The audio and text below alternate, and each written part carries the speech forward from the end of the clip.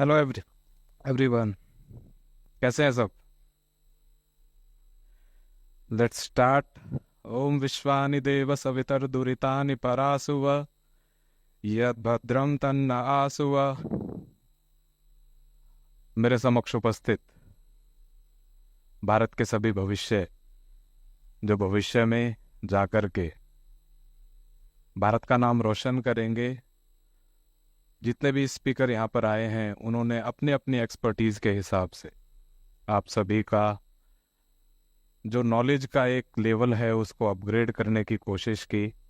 और उसी क्रम में जो भी ऑर्गेनाइजर कमेटी है यहाँ की, उन्होंने एक खिलाड़ी को भी इनवाइट किया, आमंत्रित किया कि किस प्रकार से, किस कंडीशन से निकलकर एक भारत का खिलाड़ी ओलंपिक जैसे खेलों में जाता है, अच्छा प्रदर्शन करता है और भारत के लिए मेडल प्राप्त करता है, और मेरे जैसे खिलाड़ी सिर्फ पार्टिसिपेट करके वहाँ से आ जाया करते हैं। प्रारंभ करते हैं कि किस प्रकार से भारत की सरकार हमारे खेलों को बढ़ाने में अपना योगदान दे रही है, और किस प्रकार से आप में से या इस यूनिवर्सिटी कैंपस से जो खिलाड़ी भविष्य में तैयार होंगे तो उनको किन किन चीज़ों के ऊपर ध्यान रखना चाहिए और यह समझना चाहिए कि सरकार उन्हें किस प्रकार से सहायता प्रदान कर सकती है।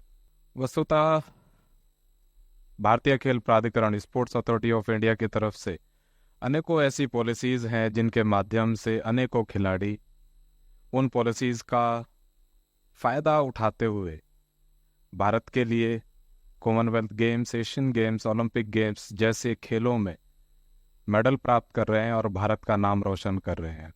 ऐसी एक स्कीम है जिसका नाम टॉप्स है, टारगेट ओलंपिक पोडियम, कि वह स्कीम जो हमें ओलंपिक के पोडियम तक पहुंचाने में सहायक हो, तो भारत सरकार ने उसका नाम टॉप्स स्कीम रखा, जिसके माध्यम से अनेकों खिलाड़ी अपने गेम को, अपने पर्टिकुलर रिस्पेक्टिव स्पोर्ट्स को इम्प्रूव करने के लिए, अपने शारीरिक दक्षता को बढ़ाने के लिए उस स्कीम का फ़ायदा उठाते हैं, जिसके माध्यम से भारत सरकार हर महीने उनके अकाउंट के अंदर 50,000 रुपये डालती है कि किसी भी प्रकार की समस्या उस खिलाड़ी को ना आए जो भारत का नाम रोशन करना चाहते हैं।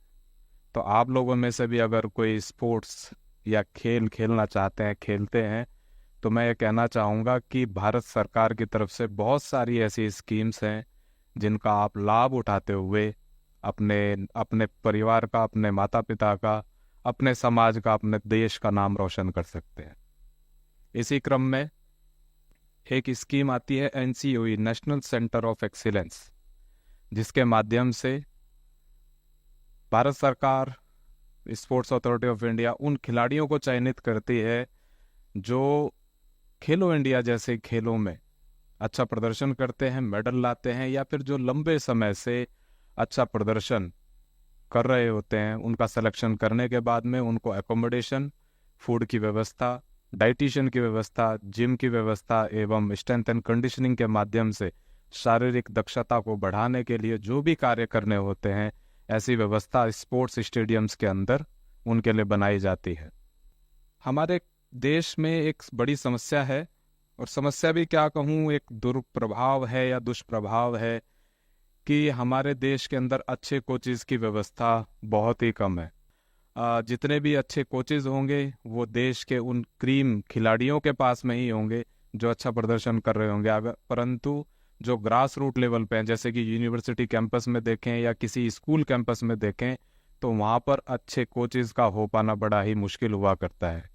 इसी उपक्रम में भारत सरकार की तरफ से एक स्कीम बोलें या एक डिप्लोमा कोर्स बोलें, जैसा कि आप सभी यहाँ पर अलग अलग स्ट्रीम के अंदर अपने क्लासेस का अध्ययन कर रहे हैं, अपने उस कोर्स का अध्ययन कर रहे हैं, उसी क्रम में NIS डिप्लोमा, जो कि भारतीय खेल प्राधिकरण, स्पोर्ट्स अथॉरिटी ऑफ इंडिया द्वारा एक प्रारूप है, एक करिकुलम एक्टिविटीज़ है, जिसके माध्यम से national institute of sports Patiala की तरफ से सिलेबस तैयार किया जाता है, और बहुत सारे कोचेज़ को वहाँ पर तैयार किया जाता है। जैसा कि उसके 4 सेंटर हमारे देश में हैं, पटियाला, बेंगलोर, त्रिवेंद्रम एंड कोलकाता। तो आप में से भविष्य में अगर कोई कोच बनना चाहे तो इन सभी कोर्सेज का लाभ उठाते हुए एक भारत के लिए कोच बन सकते हैं। जैसा कि मैं खुद आज के समय में बेंगलोर के अंदर NIS डिप्लोमा कोर्स कर रहा हूँ। सर्टिफिकेशन कोर्स है बेसिकली, जिसके माध्यम से मैं भविष्य के अंदर इंडियन टीम का कोच बनूंगा। और जैसा कि मैंने अपने भारत का नाम रोशन किया है खेलते हुए, वैसे ही मैं अपने खिलाड़ियों को खिलाते हुए भी भारत का नाम रोशन करूंगा। आगे बढ़ते हुए कहना चाहूँगा एक छोटी सी बात कि हम जो खिलाड़ी हुआ करते हैं वो बड़े ही संवेदनशील और उनका जीवन बहुत ही छोटा सा हुआ करता है, क्योंकि कल सुबह का नहीं पता कि खिलाड़ी जो आज चैंपियन है वो कल सुबह किस स्थिति में होगा। कोई एक्सीडेंट, जैसा कि अभी हाल ही फिलहाल में एक एशियन गेम्स मेडलिस्ट कल शाम को हृदय गति रुकने के कारण से एक्सपायर हो गया और भारत ने एक अच्छा खिलाड़ी खो दिया। तो कल सुबह का नहीं पता। तो इसी विषय में कहना चाहूँगा कि हमारे खिलाड़ियों का जीवन किस प्रकार से होता है। एक हुक से दिल में उठती है, एक दर्द सा दिल में होता है। एक हुक से दिल में उठती है, एक दर्द सा दिल में होता है, हम रातों को उठकर रोते हैं जब सारा आलम सोता है। तो इन पंक्तियों के माध्यम से कहना चाहूँगा कि हम हर बार हर हार के बाद में दोबारा से अपने आप को तैयार करते हैं कि किस प्रकार से जीतना है, परंतु हार नहीं मानते और आगे बढ़ने का एक लाल सा मन के अंदर बढ़ा करके आगे चलते जाते हैं। हमारे भारत में एक और समस्या जो प्रायः देखने को मिलती है कि अनेकों खिलाड़ी खेल तो प्रारंभ कर देते हैं, परंतु लैक ऑफ नॉलेज की वजह से वो ज़्यादा आगे नहीं बढ़ पाते हैं। बिकॉज ऑफ हमारे भारत के अंदर थोड़ी सी एक समस्या है जॉब सिक्योरिटी को लेकर के। आप सभी यहाँ पर जो भी स्ट्रीम के अंदर कोर्सेज को यहाँ पर कर रहे हैं, यहाँ से ग्रेजुएशन हो जाने के बाद में आप सभी अलग अलग दिशाओं में जा कर के अपना कार्य करेंगे। कोई महान खिलाड़ी बनेगा, कोई महान साइंटिस्ट बनेगा, कोई फिलोसफर बनेगा, तो कोई कुछ तो कोई कुछ। परंतु कहना चाहूँगा कि आप किसी भी फील्ड में जाएं, भारत का उत्थान होना चाहिए, भारत का नाम रोशन होना चाहिए। इसके आगे बढ़ते हुए कुछ पॉइंट्स और भी हैं। अगर मैं बात करने लगूं कि किस प्रकार से नीरज चोपड़ा ने भाला फेंका था, किस प्रकार से मैरी कॉम ने एक मुक्का दूसरे अपोनेंट के मुंह पे मारा था, तो शायद इन कहानियों को सुनाते सुनाते शाम यहीं बीत जाएगी, क्योंकि अगले जो स्पीकर हैं वो भी आपको अपने नॉलेज के हिसाब से आपका ज्ञानवर्धन करेंगे। आगे बढ़ते हैं कि हम जो खिलाड़ी हैं बेसिकली इतने भी सुचारू रूप से कार्य करने वाले नहीं होते हैं प्रारंभ में, बट जो भी ट्रेनिंग हम करते जाते हैं उसके हिसाब से हम आगे बढ़ते जाते हैं। जैसा कि मैंने कहा कि जॉब सिक्योरिटी, अगर आप में से कोई खिलाड़ी है या आपके परिवार में, आपके समाज में आप किसी खिलाड़ी को देखते हैं तो उसको बताइएगा कि आर्मी, नेवी, एयरफोर्स और पैरामिलिट्री फोर्सेस में खिलाड़ियों के लिए भी बहुत अच्छी जॉब बची हुई है।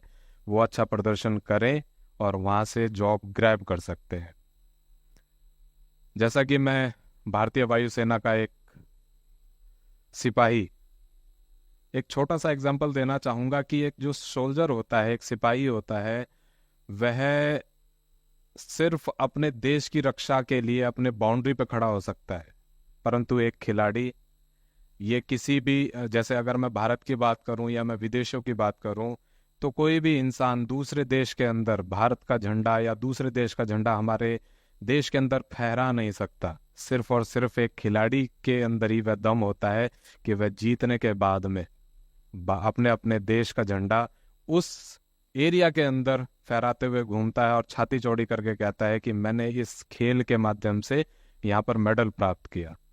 तो जो सुरक्षा एक सिपाही कर सकता है बाउंड्री पर खड़े होकर के, पर एक खिलाड़ी बाउंड्री से बाहर ओवरसीज कंट्रीज में जा करके अपने आप को प्रूव करता है और यह दिखाता है कि भारत का दमखम कहाँ पर है। आगे बात करते हैं कि हर एक के जीवन में एक शिक्षक का बड़ा ही योगदान होता है। आपके बचपन से लेकर के और अभी तक अनेकों शिक्षक आपके जीवन में आए होंगे, जिन्होंने आपको सही मार्ग दिखाया होगा, आपको सन्मार्ग पर लाने की कोशिश की होगी।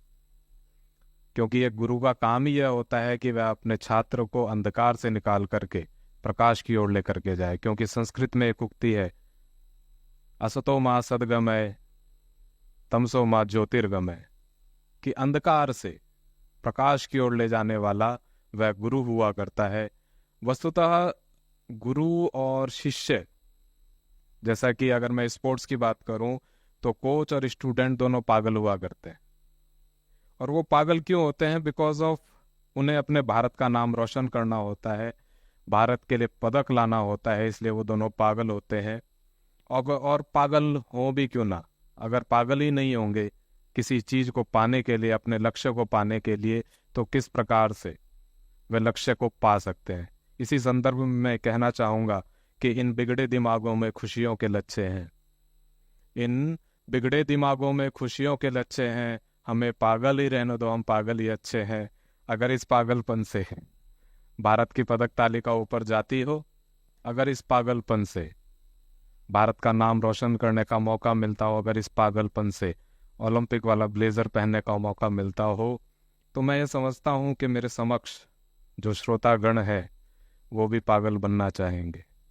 तो मैं आपसे एक एक सेक्शन से पूछना चाहूँगा जो मेरा समर्थन दे सके कि कौन कौन भारत के उत्थान के लिए पागल बनना चाहता है। करें, आगे बढ़ते हैं।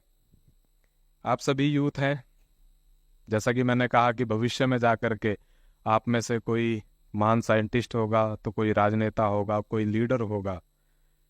अलग अलग दिशाओं में जाकर के आप सर्वोच्च स्थान प्राप्त कीजिए, मेरी तो दिल से यही इच्छा है।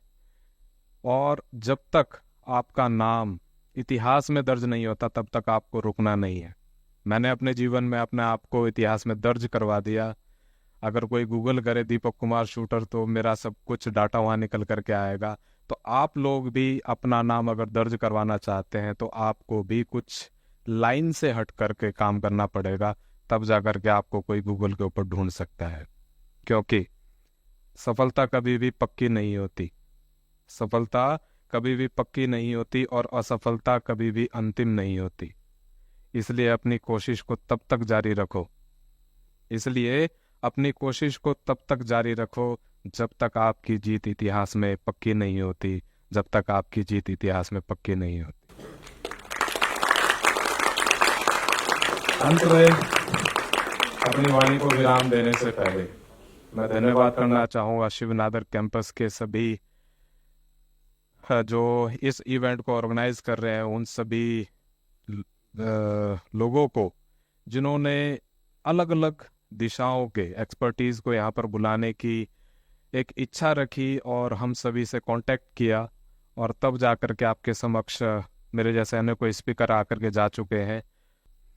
रोशनी की हर एक किरण में दीपक का आगाज होता है, रोशनी की हर एक किरण में दीपक का आगाज होता है। अंधेरा चाहे कितना घना हो, सिर्फ एक किरण का मोहताज होता है। जिंदगी एक संघर्ष है उम्मीद की किरण के लिए, जिंदगी एक संघर्ष है उम्मीद की किरण के लिए। तपना और जलना जरूरी है कंकड़ से स्वर्ण बनने के लिए। मिल ही जाती है मंजिल हौसला अगर साथ हो। इस लाइन को ध्यान से सुनिएगा कि मिल ही जाती है मंजिल हौसला अगर साथ हो। फिर अंधेरे से क्या गम जब दीपक तेरे साथ हो, फिर अंधेरे से क्या गम जब दीपक तेरे साथ है। इन्हीं शब्दों के साथ अपनी वाणी को विराम दूंगा और आप लोगों के सुनहरे भविष्य के लिए भगवान से प्रार्थना करूंगा। बहुत बहुत धन्यवाद, बहुत बहुत धन्यवाद।